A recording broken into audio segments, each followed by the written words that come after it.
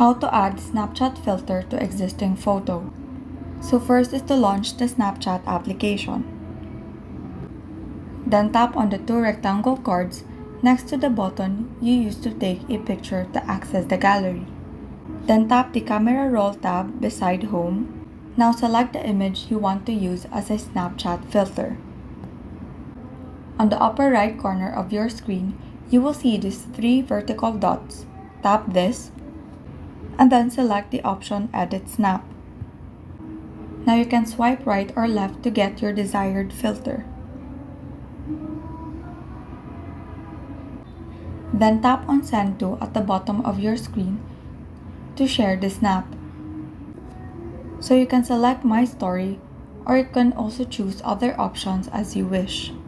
Now tap on the send icon at the bottom of your screen to share the image.